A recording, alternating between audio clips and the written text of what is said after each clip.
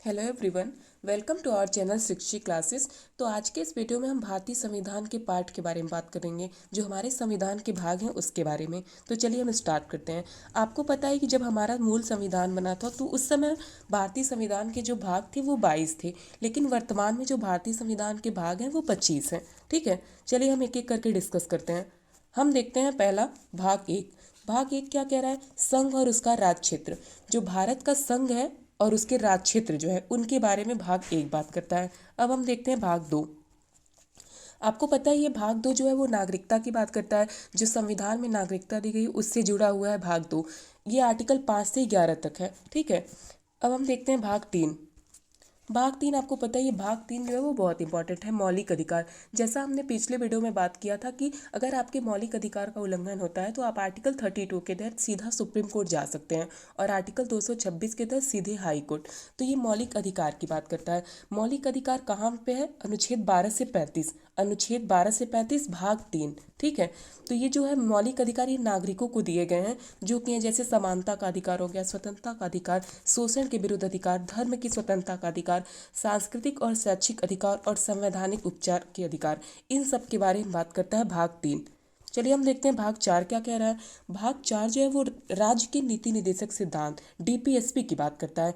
जो आपको पता है कि जो डीपीएसपी हमारा है वो लिया गया आयरलैंड से, आर्टिकल 36 से 51 तक में है। ठीक है, और ये जो है राज्य के नीति निदेशक तत्व डीपीएसपी ये राज्य को दिया जाता है कि राज्य है जो ये चाहे इसको लागू करे या ना करे। अगर राज्य इसको लागू करती है एक वेलफेयर स्टेट बनाने के लिए तो ये उसकी मर्जी है। ठीक है, भाग चार ए क्या कह रहा है? भाग चार ए ये कह रहा है मौलिक कर्तव्य है। जो जो हमारा मूल संविधान बना था उसमें मौलिक कर्तव्य नहीं थे। मौलिक कर्तव्य जो है सरदार स्वर्ण सिंह समिति की सिफारिश पे ये जोड़ा गया था। जब सरदार स्वर्ण सिंह समिति की सिफारिश आई थी तो उसमें मतलब मौलिक जो कर्तव्य थे वो 10 ही थे, लेकिन फिर 11वां मौलिक कर्तव्य जो था वो 86वां संविधान संशोधन के तहत जोड़ा गया था। मौलिक कर्तव्य सीधा ये बात करता है कि नागरिकों के ये कर्तव्य हैं। ठीक है, अब हम बात करते हैं भाग 5 के बारे में। ठीक है, तो चलिए भाग 5 देखते हैं। भाग 5 जो है वो संविधान में ये जो भाग है उसमें सबसे बड़ा भाग 5 ही है। ये बात करता है संघ के बारे में। अनुच्छेद 52 से 151। यह भाग केंद्र सरकार के कामकाज जैसे राष्ट्रपति, उपराष्ट्रपति, प्रधानमंत्री और संसद के बारे में बात करता है कि सीएजी के क्या कार्य होंगे, संसद के पूरा उन सब के बारे में बात करता है भाग 5। ठीक है, हम देखते हैं भाग 6 क्या कह रहा है। भाग 6 कह रहा है राज्य के बारे में कि राज्यों का प्रशासन कैसे होगा, राज्यपाल कैसे करेगा। अनुच्छेद 152 से 237 तक जो है वो राज्य के बारे में बात करता है भाग 6 के तहत। ओके, चलिए हम आगे बढ़ते हैं। अब देखते हैं भाग 7। भाग 7 जो है वो डिलीट हो चुका है। पहली अनुसूची के भाग बी में राज्य भाग अब अप्रचलित है। सीधा कहने का तात्पर्य है कि अब ये निरस्त हो चुका है। अब हम देखते हैं भाग 8 क्या कह रहा है। भाग 8 अभी हमने देखा, पिछले में हम अभी थोड़ी देर पहले हमने बात की कि भाग 5 में क्या कह रहा है। भाग 5 में संघ के बारे में बात करता है। ठीक है, भाग 6 में राज्य के बारे में बात करता है, जबकि यहाँ भाग 8 जो बात कर रहा है वो केंद्र शासित प्रदेश के बारे में बात कर रहा है। आपको पता है कि वर्तमान में जो 8 केंद्र शासित प्रदेश है, आर्टिकल 239 से 242, ये केंद्र शासित प्रदेशों के प्रशासन कैसे, वहाँ पे प्रशासन होगा, संचालन कैसे किया जाएगा, उन सब के बारे में भाग 8 बात करता है। चलिए हम देखते हैं भाग 9। आप सबने पंचायत सीरीज तो देखी होगी, सभी ने देखी होगी। तो भाग 9 जो है वो पंचायत के बारे में बात करता है कि जो स्थानीय स्वशासन के तहत है वो कैसे, उसके बारे में बात कर रहा है पंचायत भाग 9 के तहत, आर्टिकल 243 से 243 ओ। ठीक है, तो पंचायती राज व्यवस्था के बारे में बताता है भाग 9 हमको। हम अब देखते हैं भाग 9 ए। भाग 9 ए जो है वो भी बहुत इम्पॉर्टेंट है। नगर पालिका। नगर पालिका के बारे में बात करता है कि नगरों में जो प्रशासन है वो कैसे होगा, अनुच्छेद 243 पी से 243 जेड जी। ठीक है, उसके बाद अब हम बात करते हैं, ये भी बहुत इंपॉर्टेंट है, 9 ख। 9 बी। जो 9 बी है वो सहकारी समितियों के बारे में बात करता है। जो कोऑपरेटिव सोसाइटीज़ है उनका गठन कैसे किया जाएगा, अनुच्छेद 243 जेड एच से 243 जेड टी के तहत। ठीक है, उनके सहकारी समितियों के प्रबंधन से संबंधित है। चलिए आगे बढ़ते हैं। अब हम देखते हैं भाग 10। भाग 10 क्या कह रहा है। अनुसूचित और जनजाति क्षेत्र जो हमारे शेड्यूल्ड ट्राइब्स हैं उनके बारे में बात करता है, अनुच्छेद 244 से 244 ए के तहत। ठीक है, भाग 10 अनुच्छेद 244 से 244 ए। यह भाग अनुसूचित क्षेत्रों और जनजाति क्षेत्रों के प्रशासन के बारे में बात करता है। चलिए आगे बढ़ते हैं। अब हम देखते हैं भाग 11। भाग 11 क्या कह रहा है। संघ और राज्यों के बीच जो संबंध होगा कि सेंटर और स्टेट का जो रिलेशन होगा उसका कैसा होगा उसके बारे में बात करता है 245 से 263 तक।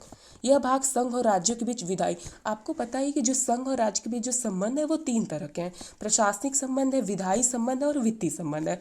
तो जो भाग 11 है ये उसकी बात करता है। भाग 12 में ही वित्तीय संबंधों के बारे में बात होगी।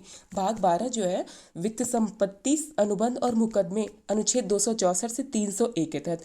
देखिए सबसे ज़्यादा इंपॉर्टेंट देखने वाली बात यहाँ ये है कि हमने आपसे बात की कि वर्तमान में जो मौलिक अधिकार हमारे हैं वो 6 हैं, एक मौलिक अधिकार हमारा हटा दिया गया था, तो ये भाग 12 में ही जोड़ा गया था जो 301 के तहत यहाँ पे जोड़ा गया था संपत्ति का अधिकार, तो ये उसी की बात कर रहा है भाग 12।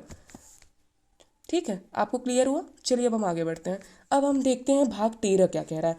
भाग 13 जो है भारत के क्षेत्र के भीतर व्यापार वाणिज्य और संभोग अनुच्छेद 301 से 307, ये उसकी बात करता है कि भारत के क्षेत्र के भीतर जो व्यापार वाणिज्य इन सब का वो होगा, उन सब की बात करता है भाग 13। ओके, नेक्स्ट भाग 14 देखते हैं अब हम। भाग 14 जो है वो संघ और राज्यों के अधीन सेवाएं, जो IAS IPS और स्टेट कमीशन की वो सब जो सेवाएं हैं उन सब के बारे में बात करता है भाग 14। अनुच्छेद 308 से 323 तक है यहाँ पे। ठीक है, अब हम देखते हैं ये अक्सर एग्जाम में क्वेश्चन यहाँ से आ जाता है भाग 14 का क्या है, और यहाँ पे बच्चे अक्सर कंफ्यूज हो जाते हैं। तो यहाँ बात करता है ट्रिब्यूनल के बारे में, न्यायाधिकरण के बारे में, जो अनुच्छेद 323A से 323B तक है। ठीक है, क्लियर हुआ? चलिए अब हम देखते हैं भाग 15। भाग 15 क्या कह रहा है? चुनाव के बारे में बात कर रहा है, अनुच्छेद 324 से 329E।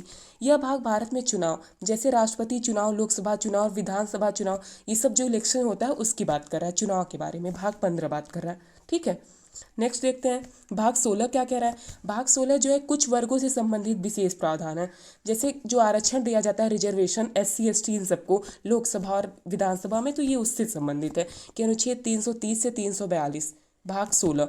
यह भाग कुछ विशेष वर्गों जैसे अनुसूचित जाति, अनुसूचित जनजाति और अन्य पिछड़ा वर्ग के लिए विशेष प्रावधान के बारे में बात करता है। ओके, नेक्स्ट देखते हैं।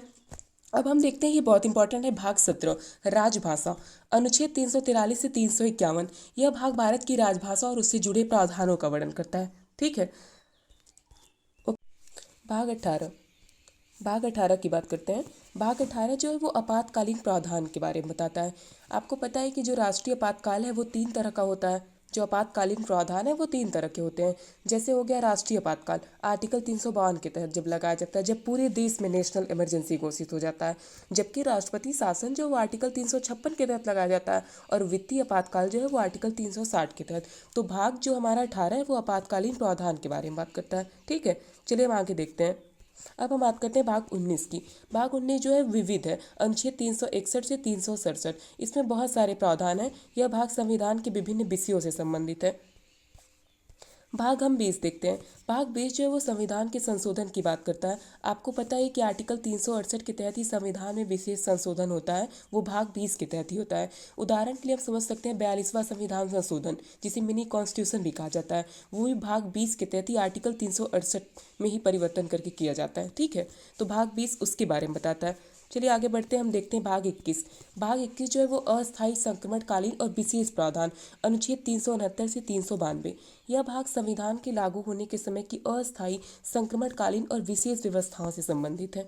ओके, तो हमारा आज का वीडियो कंप्लीट हुआ। अगर आपको हमारा चैनल का वीडियो अच्छा लगा हो तो आप हमारे चैनल को लाइक सब्सक्राइब कर सकते हैं, शेयर कर सकते हैं। और अगर इसकी PDF आपको चाहिए तो हमारे टेलीग्राम चैनल पे आपको मिल जाएगा, और इस वीडियो का जो लिंक है टेलीग्राम का वो नीचे डिस्क्रिप्शन में दिया गया है। Thank you so much.